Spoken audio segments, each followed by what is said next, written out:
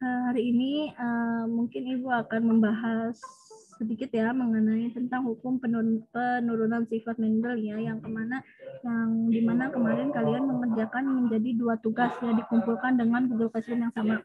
Nah, di dalam hukum penurunan sifat Mendel ini ya, Mendel melakukan eksperimen dengan penyilangan tanaman kapri atau ercis atau yang disebut dengan Pisum sativum. Mengapa menggunakan ercis? Karena mempunyai pasangan sifat-sifat yang menyolok, ya, dapat melakukan penyerbukan sendiri, mudah disilangkan, kemudian cepat menghasilkan keturunan tanaman dalam setahun. Yang memiliki bunga sempurna ya, memiliki 7 sifat beda. Kemudian hukum Mendel. Nah, Mendel melakukan persilangan monohibrid dan dihibrid. Ya, jadi terdapat 2 hukum Mendel ya. Yang pertama dihibrid dan monohibrid dan dihibrid. Nah, di mana hukum Mendel 1 yaitu hukum pemisahan secara bebas ya, yang dimaksud dengan segregasi. Ya, contohnya yaitu berbunyi bahwa pada pembentukan gamet, 2 gen yang berpasangan akan dipisahkan ke dalam 2 sel atau gamet secara bebas, yaitu yang dimaksud dengan hukum Mendel 1. Nah, kemudian hukum Mendel 2 atau hukum berpasangan secara bebas ya, yang berbunyi yaitu bahwa pada pembentukan diri dari suatu pasangan akan secara bebas berkelompok dengan gen-gen lain yang berasal dari pasangan lain. Nah, di dalam kompetensi dasarnya yaitu mendeskripsikan proses pewarisan dan hasil perwarisan sifat serta penerapannya. Nah, di mana indikatornya yaitu menentukan rasio hasil persilangan monohibrid dan dominan. Nah, menentukan rasio hasil persilangan monohibrid intermediate. Kemudian menentukan rasio hasil persilangan dihibrida. Ya, yang keempat yaitu memberikan contoh pemanfaatan dan dampak teknologi reproduksi dalam kehidupan sehari-hari. Yang pertama yaitu pada persilangan monohibrid dominan, ya, di mana persilangan 2 individu sejenis dengan 1 sifat yang berbeda. Ya, contohnya yaitu persilangan antara kacang ercis berbunga merah dominan atau yang disebut dengan M besar dengan M besar dengan kacang ercis berwarna putih ya. Jadi yang kacang ercis berwarna merah yang dominan berarti yang sama ya, yang merah dengan merah itu M besar dan M besar. Kemudian dengan kacang ercis berwarna putih yaitu yang resesif ya. Resesif itu dilambangkan dengan huruf yang kecil ya, yang M kecil M kecil. Ya, kemudian dapat dibuat bagan sebagai berikut. Contohnya yaitu pada persilangan monohibrid P1 yaitu parietal ya, fenotip gamet gitu ya. Nah, kemudian P1 parietalnya berarti kan ini M besar M besar. M besar M besar tadi apa? Bunga ercis berwarna merah yang dominan besar ya. Ya, benar. Kemudian disilangkan dengan M kecil, disilangkan dengan yang tadi ercis yang berwarna putih ya, yang resesif ya, yang kecil. Nah, gametnya itu apa? M besar dan M kecil. Berarti F1-nya berapa berarti? Disilangkan dengan ya, M besar dengan M kecil.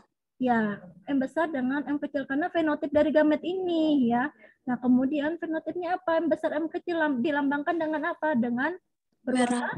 Ya, merah. Kenapa merah? Karena yang awalnya dominan ya. Yang awalnya dominan M besar gitu. Jadi berwarna merah. Nah, kemudian persilangan monohibrid selanjutnya yaitu dari persilangan F1 didapatkan. Jadi tadi kan parietal P1 berarti ada 1 ya dalam persilangannya. Jadi M besar M kecil ya. Dengan tadi kan berapa kita sudah diketahui ya F1-nya ya, fenotipnya ya. Tadi fenotipnya berapa? M besar M kecil ya.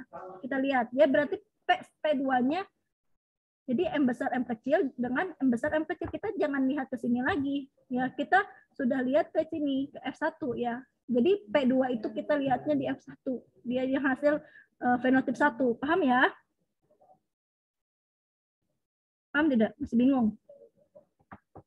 Jadi, untuk P2, M besar M kecil disilakan dengan M besar M kecil dari mana? Dari persilangan F1 ya yang didapatkan. Ya. Ya, yang ini ya. Kemudian, jadi fenotipnya apa? M besar M kecil Merah. merah. Disilangkan dengan M besar M kecil berwarna merah. Merah. Ya, karena dilihat di dominannya terlebih dahulu. Kemudian gametnya berarti apa? Ada 4 gamet ya. Kita lihat ini ke sini ya, paham? M besar dengan M kecil dengan M kecil. Jadi gametnya kan tadi F2, berarti F2 tuh apa? Penotipnya ada 2 ya. Ya, jadi M besar M kecil dengan M besar M kecil. Nah, kemudian dengan bagan persilangan monohibrid dominan berarti kan dilambangkan dengan M besar tadi apa? Dominan. Ya. Dominan. M kecil berarti apa?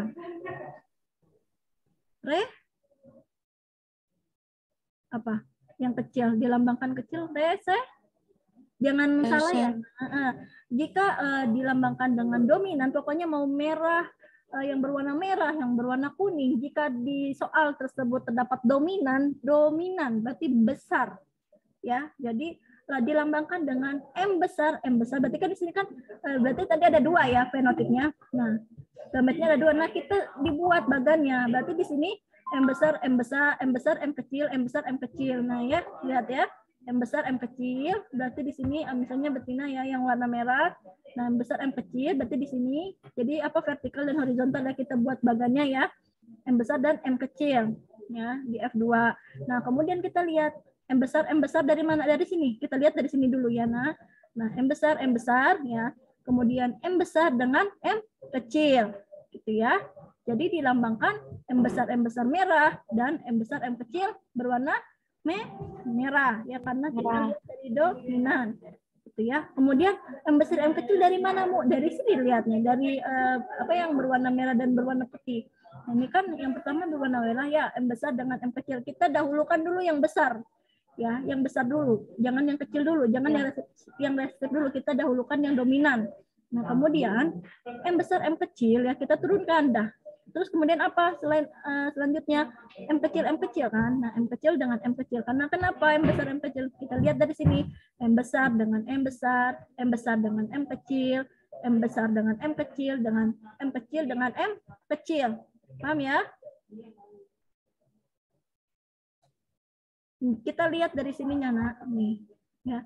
Ini persilangan dari sini. Kita lihat kalau misalnya ini bisa saja. Jadi gini, M besar nih silangkan M besar.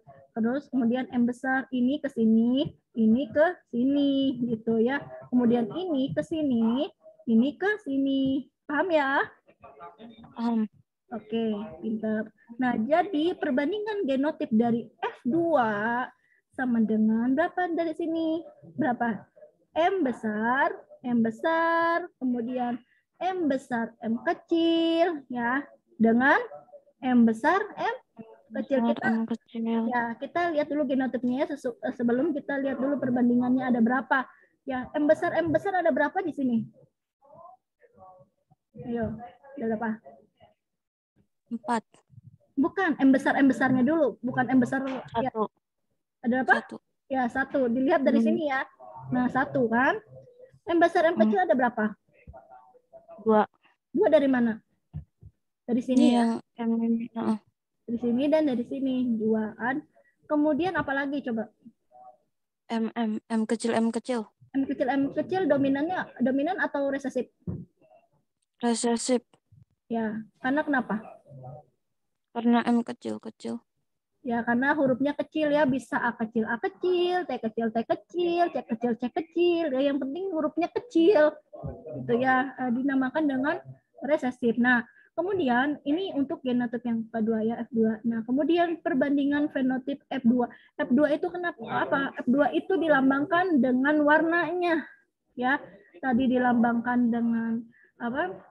Persilangannya ya, dengan hurufnya. Sekarang dilambangkan fenotip dengan apa, dengan warnanya ya, yang tadi dengan apa, dengan lambangnya ya. Kalau genotip, kalau fenotip P2 yaitu dengan warnanya. Paham ya? Oke.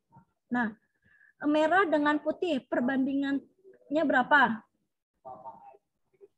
3:1. 3:1 kenapa? Itu bisa dicoret-coret nggak di situ? Ini merahnya ada 3.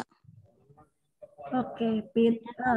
Merahnya ada 3 ya, karena untuk fenotip dilambangkan dengan huruf, bukan huruf, dengan warna ya. Kalau misalnya genotip dilambangkan dengan huruf. Nah, jadi perbandingannya 3. Terus apalagi? Banding 1, satunya dari mana?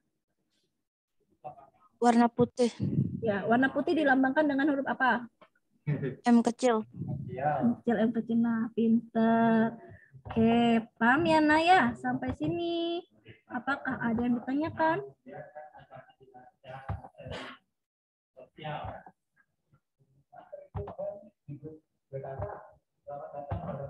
Dari sini apakah ada yang ditanyakan? Sebelum nanti tugasnya. Ya, untuk mungkin untuk keanekaragaman gen sudah paham ya? Sudah ada bayangan ya? Nah, sekarang untuk persilangan monohibrid secara dominan dulu ya. Apakah ada yang tanyakan?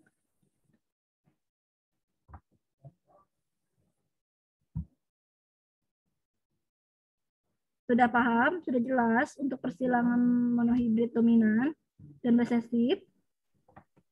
Jelas. Enggak pusing kan? Kalau yang ini nggak apa-apa ya, bisa ditanyakan aja ya.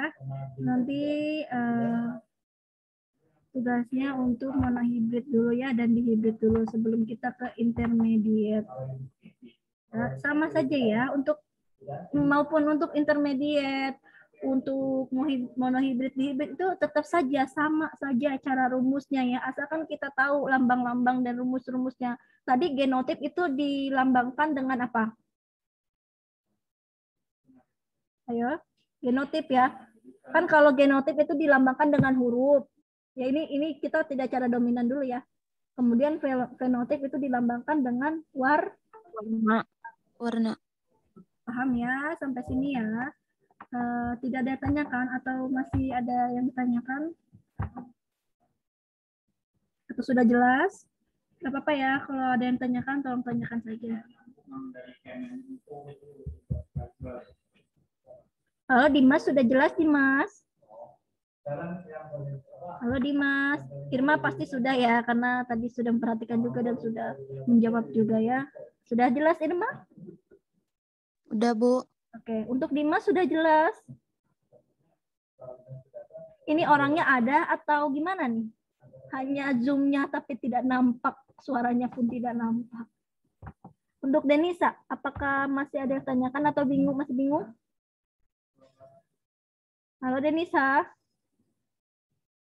Iya Bu. Masih bingung nggak? Atau Iya Bu. mau ditanyakan? Enggak. Ya, sudah paham ya? Oke. Untuk Muhammad Aziz, apakah ada yang tanyakan mengenai persilangan monohibrid? Ada Bu. Tidak ada.